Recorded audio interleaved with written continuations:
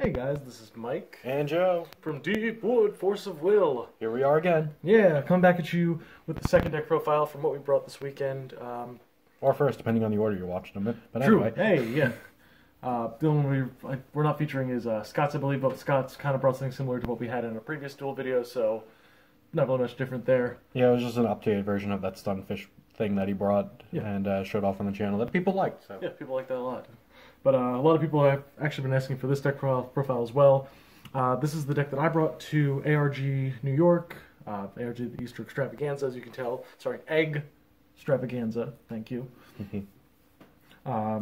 This ended up being a third seat going into top 4, and then I ended up taking the whole thing to first place finish, beating out our good old Joe over here. Yeah. With a 3-round, extremely close duel. Yep. Until the last round where I made some mistakes and got blown out. But oh well. It's still stressful. Learning curve. So, this is obviously, as you can tell, an Aimul deck. I really love Aimul as a ruler. I think she's probably one of the most well-designed rulers we currently have in the game. Obviously a new ruler, so she's bright, new, and shiny. She judgments for 2, energizes for light and dark. And you can pay 0 to recover a resident you control, but only on your opponent's turn. So obviously, that's got some balance to it. You know, it's like, whatever. You can just recover something, block. I didn't think that. I thought that maybe we should try and break some resonators that have really good tap abilities on your opponent's turn, and then play a bunch of Quickcast stuff. So I did. Backside. You never really saw it too much. Also, if you guys wanted to know, I haven't even sent these in yet. I cheated you all. The meme. So Aimul obviously judgments into a 300/300 with flying and perishable and drain. When she enters the board, you can look at the top 3 cards of your deck, pick an addition or resonator from among them with 3 cost or less, put it into the field, and you may invert it. And then she gains plus 200, plus 200. It doesn't matter. I play 1 inverse card in the sideboard. If you judgment, you're either in a bad spot or you just need life gain. Not really much to say about that. So obviously, Aimul being what she is, having a really nice front side, we need to make sure we can abuse her with a ton of resonators that really work with that. And who better than Sacred Elf? The bane of everyone's existence because green is so good. Sacred Elf obviously is a 1-mana tap produce green. You can double that up with Aimul to generate 2 Wind Will on your opponent's turn to drop a Melfee, who also taps for anything, and you can tap her twice. We have a lot of things in the deck that cost 2 and have different costs, so Melfee is insanely powerful. And obviously, this gives you a ton of will on your opponent's turn too, so you can just go kind of crazy from there. We also play 4 Laurites because it's really strong with the mana fixes that we have with Sacred Elf and Melfee, having the ability to just quick cast this guy in, stop an automatic or activate ability. Laurite is extremely broken, and I think is one of the best resonators in the game right now. Best cards in the game right now, even. We also played 1 Gill, Lapis, Usurper of Maddening Power. You'll see eventually that we have about 4 targets for him in the deck, and other than that, he has a nice body, he's got precision, and you can actually hit him off of the Aimul judgment, which is really nice. And then the big bombs that we have. We have 4 Blazer, the Legendary Thief, just having an 8/8 body for 4 that not only makes your opponent discard a card that you get to see, so you get knowledge of that. He gets a counter where you can play around other stuff, play around the battles, and he can remove the counter to prevent an ability targeting him. So he's got a lot of built-in protection, a lot of built-in control and power. So, and he also has precision, which is really nice. So he's one of the things you want to ramp into. And then lastly, for the resonators, we had Jupiter, Warlock of the Woodstar. Now, this is probably the first time a lot of you guys have seen this card because nobody has been playing this thing. It's a 5-cost 10/12. The stats are kind of but he is a 5-cost 10/12 with Quickcast, which is really important for this deck, and I'll show you the combo with that later. When he enters the board, you can choose up to 2 from 2 specific abilities. You can either cancel a trance spell, return a resonator to the hand, rest or recover a resonator, or draw a card. So obviously those are incredibly powerful. The chant spell negation is a little bit niche. Most of the time I was using it to return resonators and draw cards, but the fact that you can just cheat them in as early as your opponent's turn 2 is pretty crazy. So can't go any lower than 4 with him for this deck. Going into the chants, we played 2 True Blade of the Spirits. Again, Sacred Elf double tapping for Quickcast cards is insane. This card essentially is essentially 1,000 damage on your turn 2? No, your turn 1. So you can clear a lot with Sacred Elf on that turn. And Heavy Remnant's great. Same thing kind of goes for Rapid Growth, being a Quickcast chant that lets you buff up your Sacred Elf, means that you're almost guaranteed for that Sacred Elf to live a turn, which is really nice. We also have Flourishing Hope, and also on the back side, Burgeoning Despair. So with Flourishing Hope, obviously this is one of the targets you have with Gill Lapis.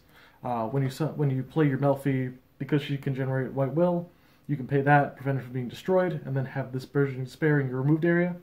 Because this deck floats so much will beyond the opponent's turn, really powerful effects for low will and quick cast like this, where your opponent just has to banish 2 things, are really, really high power. So definitely recommend playing this. I originally had it at 3, moved it down to 2 after it was a little harder to get off from time to time, but it still pulls its weight at the 2 of, especially with Gill to search them out. We have 2 Lords Deletion Magic. This is kind of like a better, twofold chant, where it scales up as well. Having Quick Cast to make your opponent have to pay X for something, especially when you're generating like almost twice or 3 times the will they have at the current moment, is insane. So having that is great. It's also a Spear Magic, which is really important for the Laurite, just because you can remove it from the grave to search to bring the Laurite back and recycle that. So multi-purpose spells, really good. Continuing off the cancels, we had 1 Faerur spell, just one in the main. I do have another one on the side that I'll show you guys later. But having the ability to win the cancel wars by being able to cancel a spell with Quick Cast while you have Quick Cast, especially when you're just floating Green Will forever, is really, really good. Last of the cancel package, of course, Force Everyone Wins. This card's insane. You can really, especially after you hit your opponent with the Blazer, to know exactly what's in their hand. You can really just kind of mess with them and know exactly what their game plan is from there. And of course, this deck generates so much will on your opponent's turn that I was even comfortable paying 4 will for it from time to time, just because I did just have so much available to me. From there, of course, we have a couple of other cards. Forbidden Arts is a fantastic card. It's Quick Cast, Destroy Target Resonator. It's simply a Stoning to Death. In this deck, again, Melfee lets you generate a lot of will. You're able to generate a lot of dark and light will. And being able to have this at Quick Cast at any time, as soon as you need it, is really great. Kind of on the same vein, we had 2 True Blades of Hope and Despair. Obviously, this card's fantastic when you pull out the Melfee, because you can just tap her twice to use it, target the Melfee. You can even target a Laurite, make it a 7/8. So having something that buffs up a body and removes your opponent's big threats is really great. And of course, on the backside, once you go into the late game, again, this side unfortunately doesn't have Quick Cast, which kind of sucks for this deck, but at the same time, Sword of Fate is a really good card. Super versatile in the late game. If your opponent has a hard to kill J-Ruler, you just flip this over, kill it, done. Because everything in the deck costs 5 or less, you can also bring anything you have back. Recycling lasers is fantastic, so Sword of Fate is kind of a no-brainer when it comes to this. And then, of course, the last spell, 2 Final Battles, the second target for Gill Lapis. Being able to just search it out, being able to just have will so that you don't have to pay life for it is really good. So, Final Battle does everything that needs to be done for the deck to round out this kind of control-y mid-range package. So that's the deck. Total 40 cards, I believe it's 21 Resonators and 19 spells. Going on to the Stone deck, we had 4 Magic Stone of Black Silence. Obviously producing green and black is great. Same with Gusting Darkness, excuse me. Being able to have a 5th Black Silence is really nice. Same logic applies to Gusting Skies and Nature's Beauty. Basically, I just wanted to make sure that I was 50-50 on my white and darkness sources, but also was able to play a consistent Sacred Elf on turn 1. So this lineup was perfect for that. Occasionally I saw games where I only opened with Gusting Skies or only opened with Black Silence. Occasionally those games would go a little bit rougher, but at the same time, if I saw Melfee, I could fix it from there. So nothing too bad about that. Definitely would not change this up. Going into the sideboard. The sideboard was a little haphazard and weird. We had 2 Grimm, the Rightful King. In testing, I faced a lot of Scott Strela deck, unfortunately, so I had a bit of a bias towards additions because of what was it? The Lightning Cave. So having Edition 8 here was great. I also had it for, let's see, Alice's World of Madness? Yes, Alice's World of Madness. New Barrier of Shadows was also something I was potentially worried about. So it was good to have that available. And it also was able to search out a fairy tale, which was Grimm the Crimson Moon, also Grimm Hope from the Future. So Grimm is really good for a lot of control matchups. First of all, because he has Barrier from Light and Darkness. When he enters the board, he has effect with fairy tales. I don't run any other fairy tales besides him, so that's useless. When he attacks, you get a mystery counter. When you get 2 mystery counters on him. And when you do Judgment, you can remove 2 mystery counters and invert him. And he goes to the backside, which still retains that Barrier and retains flying as well. He's 1,000 attack, 1,000 defense. Comes in, destroys something, and makes it lose the ability to not be destroyed. And imperishable, which is great for facing decks like Ayu, Mikage, other Aimuls. So Freyla's the run Jean d'Arc. Yes, that's a good one too. And also cards in opponent's graveyards lose all their abilities. So if you're facing off against a bunch of remnant stuff, if you're facing Demonic Dead for some reason, Grimm cancels that too. So nice little tech card, cool little extra tool to have. I ran 2 stories, which were really fun to run. I didn't see them all too often, but when I did, they were definitely worth the time.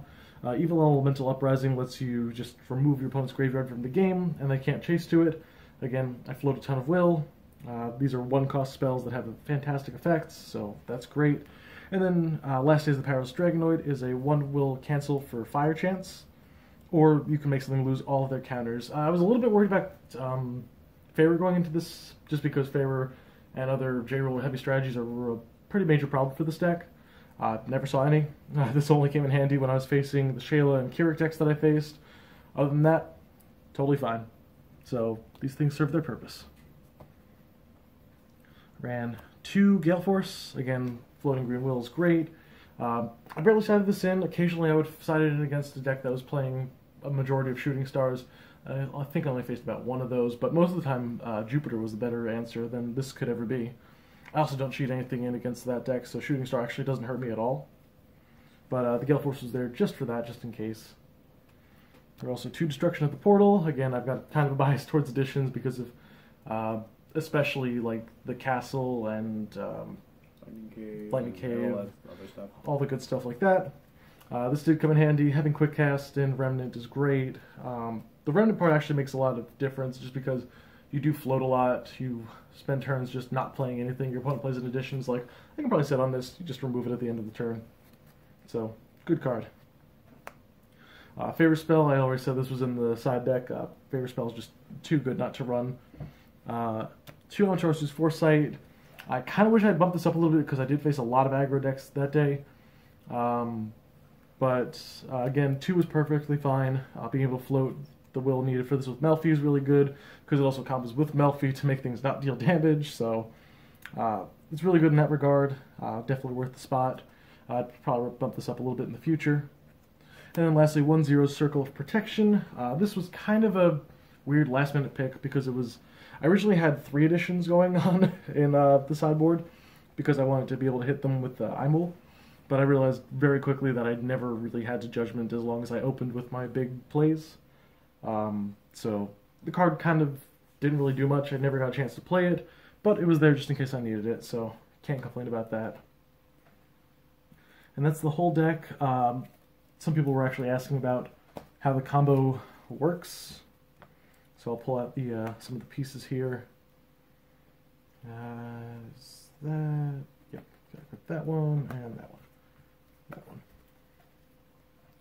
So the combo involves, of course, Sacred Elf, Melfee, and then one of either Blazer or Jupiter. So the combo's really Jupiter, though. The combo's really Jupiter, technically. Although both of them work. Well, look, Jupiter's the one that happens on their turn, that's why. Yeah, you're right. So, show the Jupiter. Yep, you got it. So, first turn, obviously, you have your Aimul here, tap it, play the Sacred Elf, and then you pass it to your opponent. Your opponent does their turn. Hopefully they just play Resonator and pass. If they do, you tap the Sacred Elf. Your response effect to untap it, tap it again. With the 2 floating green will, play your Melfee. And then you go to your turn, you untap, go get a second stone. So you're at 2 stones now. We're just going to do a 1 and 1. 1 and 1. Keep it simple, keep it nice, keep it straight like that. Perfect. So this is the current will that we have. Your opponent decides to go, goes into their turn 2. They attempt That's to... your turn, if you want. So right now you have the option for Blazer. Yep, So at this point you have 4 will available to you. You can Blazer here, see what they're doing, depending on, of course, the deck that you're playing against. If not, you can hold off on the Blazer, and then your opponent goes. Say they're trying to clear the board, they final battle you. Bam. Big, game-ending spell on turn 2. In response to that, you tap these 2 down, produce 4. Aimul's effect to untap the Melfee, tap the Melfee again to produce the last will, and you play your Jupiter. If your opponent's casting a spell, a chant spell, you cancel that spell, and then say if their Resonator was still on the board at the time, you use that effect to bounce it back to their hand or rest it if you need to. And then suddenly your opponent just lost their turn 2 chants. They lost their turn 1 Resonator, and they're staring down a 10-12, which can attack and then get untapped with Aimul again. Yep, with a quick cast, it basically has pseudo swiftness. Yep. And of course, if you draw into a Blazer afterwards from that, you keep the combo going, and from there you float an insane amount of will. So that's the main combo for the deck. Anytime I got that combo off, the game ended pretty much on turn 3 or 4, I'd say. Basically, they were out of the duel at that point, unless they final battled you without you having a cancel open somehow. Exactly, which almost never happened. Especially with the extreme amount of will you were floating, you always had the option to like severing them for 4 if you really needed to. Yeah, exactly. So the one question I would like to ask you is, so we wound up making this deck more of like a mid-range package. Do you think this deck would have been stronger as a control deck, or maybe going a little bit lower, trying out some lower cost quick cast things to try and be a little bit more aggressive? I actually think this deck was perfect the way it was. The original version of this deck was envisioned as a control build. A lot of thought control, nameless miss to kind of double up with the Blazer effect, double up the counters. And there was a lot of just like heavy control aspect to it. After a lot of testing, we found that, thank you, look at that, beautiful. We found a lot of what the deck was really strong at was just kind of like moving towards that big game-ending push. So eventually the discard package was totally scrapped. A lot of like the dark stuff came out of the deck, so we ended up changing the stone lineup from 6 to 4 dark to light into that 5 to 5 ratio that you see. And then the deck eventually turned into what you see today after many, many attempts at changing the ratios that we had. And also opening a box and finding a Laurite in it, which let me play the 4th one of those. So that was really good. The inverse cards were actually one of the big things that changed the most while the deck was being created. Originally I didn't even have any of the, what's it called? Burgeoning Hope or the Twin Swords? Actually, the Fleeting Hope I didn't have any of originally. Fleeting Hope. But I did have the Sword of Fate, just because I had a Frigg in the deck at the time. 2 Friggs, actually. So and then you wind up siding them. And then eventually took them out because we realized that almost every deck was playing Laurite, and if your Frigg gets Laurited, you just lose the game from there. Yeah. Which is unfortunate. But while the Frigg was in the deck before the Jupiter was, back when it was a control build. As soon as I found out that Jupiter had that crazy synergy with the deck, I ended up scrapping it and just putting in 4 of those. So that ended up coming in really clutch, and Jupiter was definitely the star player this entire weekend, besides obviously the Melfees. Other question I'd like to ask you. If we see a surge of black decks that run discard, do you think this deck would actually still work? Oh, by far. First of all, if you're going first, you should never ever lose to a discard package. You play your Sacred Elf turn 1. If they try to discard you, you just double tap the elf, play the Melfee, and then they're left to figure out whatever's in your hand. If it's thought control, they can't even pull out your big bombs, which is super scary. So that was really, really one of the key points. I knew that people were going to be playing like Sherry with thought control. Having the first guy I played, I'll go to this a little more in the tournament report that I do in like a second, but the first turn we played, he was able to go first and thought controlled me, and then took like 5 minutes to think about what deck I was playing, because he saw a Jupiter and a Blazer and a Laurite, and he's like, what is happening? That was a lot of fun. I enjoyed that face. That's the reason I made this deck. I want to see that face. Mike's always been the type of player that loves to bring decks that just confuse people on from turn one, and he just likes to bring out those crazy synergies. So let's hear that tournament report. Yeah, I'm like a Johnny and a Spike. It's the weirdest combination. I'm a Johnny at heart, but I bring Spike techniques to it. It's stupid. But anyway, into that tournament report. First round, obviously, I told you was Sherry. Scheherazade is a kind of a 50-50 matchup for this deck, depending on how strong they open and how quickly they get their dolls out, actually. Because most of the time, again, the discard package doesn't really hurt. You have final battles for their Misty Dragon Spirit if they go that route. You have just a ton of advantage over them if you just continue to maintain board presence. The only problem this deck actually faces when that happens is Ruined Story, actually. Well, Ruined Story and also Null Page, but I'll go into that in a second. The Ruined Story being a non-targeting removal is really strong against Blazer just because you can't remove a counter to get rid of it. And if they are able to clear off your smaller Resonators and just leave you with only the Blazer, Ruined Story just ruins that entire play. Yeah. So that was the main issue going to that matchup. I ended up losing that one 2-1. The first game, he actually ended up null-paging my Jupiter, my Sacred Elf, and my Blazer. He was maining 3 null pages. He could have been maining a 4th. I didn't even see it. By that point, I was sitting on a hand of 2 Jupiters and a Sacred Elf and just like a Laurite, and he had eventually Judgmented and gotten out 2 of his dolls. So at that point, I was like, all right, that sucks. Let's go into game 2. Oh, actually, I did want to ask you a question now that I remembered it. Have you considered Moonbeam Butterfly for the deck since it is a green, white, black? Yeah, that was actually part of the original build of the deck as well, trying to get the Blazer faster with that. As soon as I moved to the Jupiter build, though, the Moonbeam Butterflies were just less and less appealing, unfortunately. All right. I was going to say, because Moonbeam Butterfly actually gets around Null Page. Yep, absolutely, because you're not playing the Resonator. Yeah. The Butterfly is, which is cool. Which is actually something I saw when I was seeing somebody playing the Piggy deck. Mm-hmm. They null paged the Piggy, they played Piale Ellie. And pulled it out. And pulled it out of the deck. It was really funny. So, definitely a good thing to think about. Game 2, I ended up opening with the Sacred Elf Melfee Jupiter play. Blew him out immediately. He tried to just get his judgment as soon as possible, but I ended up sort of fading, and then I ended up hitting something with Twin Blades and then sort of fading away the Scheherazade for game, which was super scary. So that was fun. And then game 3, he just turn 3 Judgmented on me and ended up bringing out 2 of the dolls because he had just spent the last 5 turns between the 2 of us just flip open a book, flip open a book, flip open a story, flip open a story, flip open a story. Let's turbo into these judgments. And I didn't have the answers for his dolls, so I ended up losing that game, which was totally fine. That was a really good back and forth, and that was a really cool game. I enjoyed that a lot.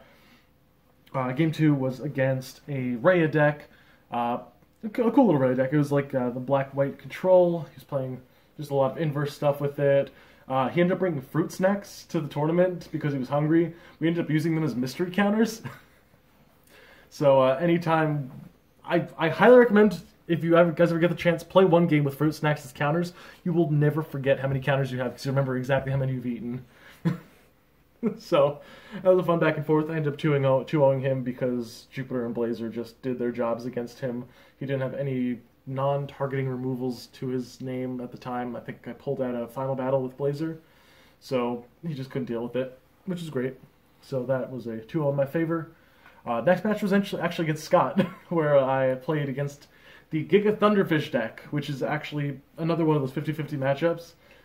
It wouldn't sound like it because you're like, Giga Thunderfish, who the hell plays that? Well, I'm like, it mostly comes down to that the Giga Thunderfish deck has a auto-win hand at times. Yeah, and also if I don't have the Laurite for the Giga Thunderfish, or if he can stick a Silent Mermaid beforehand because I play on his turn, and Silent Mermaid's effect says I can't play on his turn, that's the only issue with that deck. So, definitely was a tougher matchup. Ended up coming out victorious. I forget if it was 2-0 or 2-1 because it was kind of like a really quick game between us. And we had played that matchup so many times that it's all kind of a blur to me. So that was a really good game.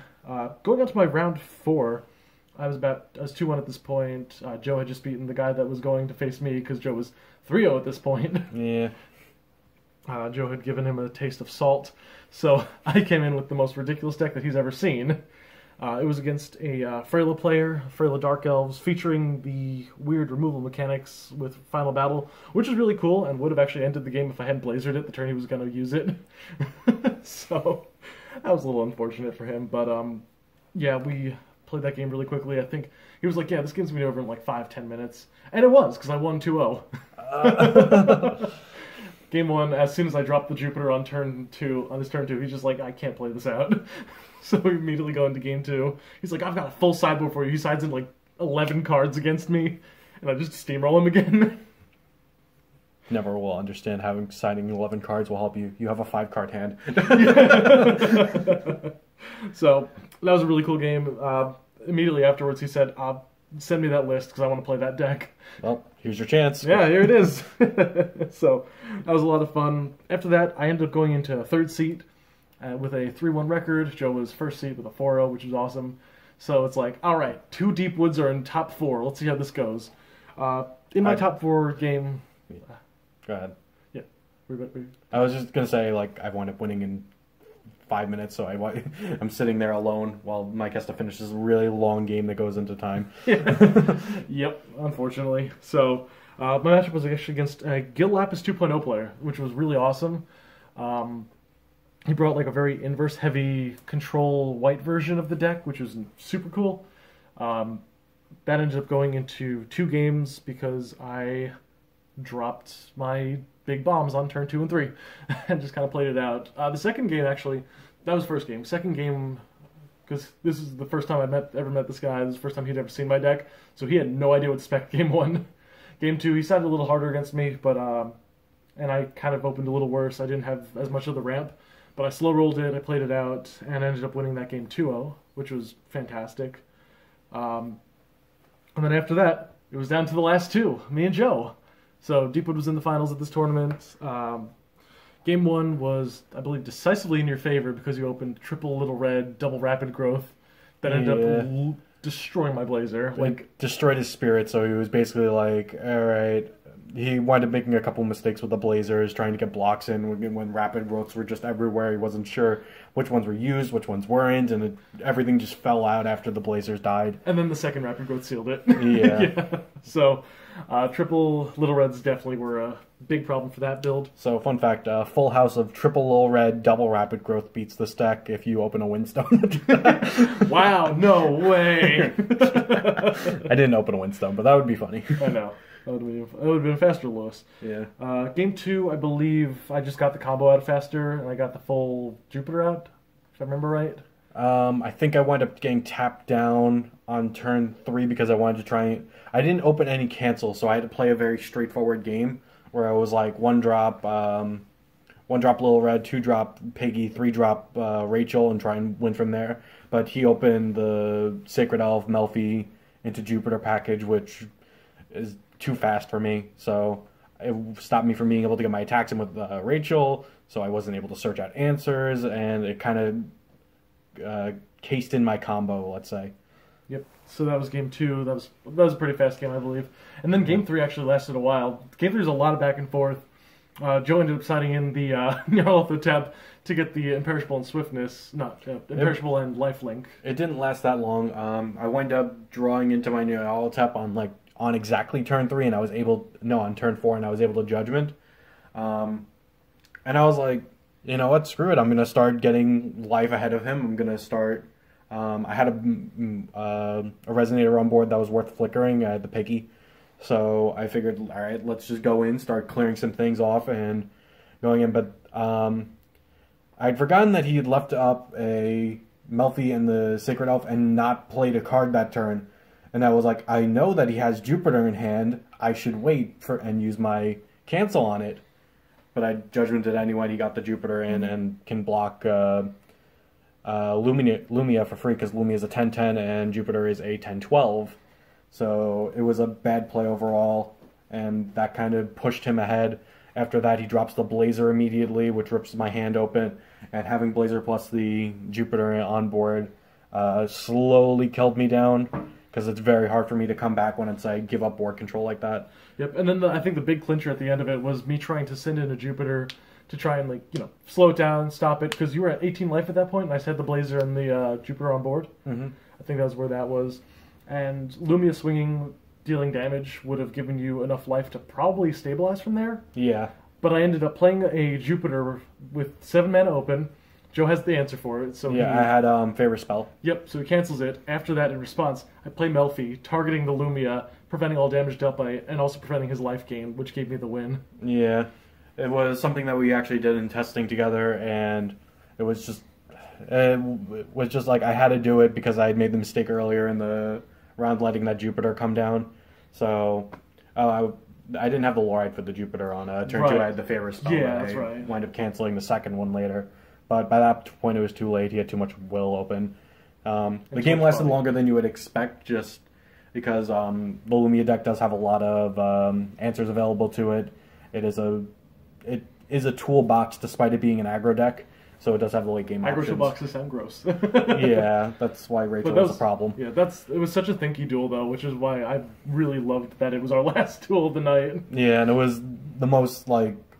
because you almost overthought the whole situation, trying to like use Jupiter to untap one of your Melfee, so you had the will open to do it, but you still had your energized token. Yeah, which is the what energized token, you, which is what let me play the Melfee. Which let you have to not overthink it and just made it simple. I have enough will for this. We got this. Had you not had that energized token, you might have lost that game, though. Yep, exactly. Because the swing in might have given me the chance to recover, get myself going. Because I believe it was a turn 6 turn that was Lumia targeting Rachel for a flicker and getting that combo started. Yep. Which would have given me all my options back and the life to start killing you and clearing your board and that type of thing. But very good tournament. We both had a really good time. Between the undefeated record that I had in the rounds and his victory. That's basically all I have to say about that tournament. We both did a really good job, especially during rounds. I felt like I was playing really well. Once we both got to top 4, we were feeling a little fatigued, especially in top 2. We were just like, we got what we came for. We're not losing what we came here with. We were thinking of splitting, but Joe really wanted the champion mat.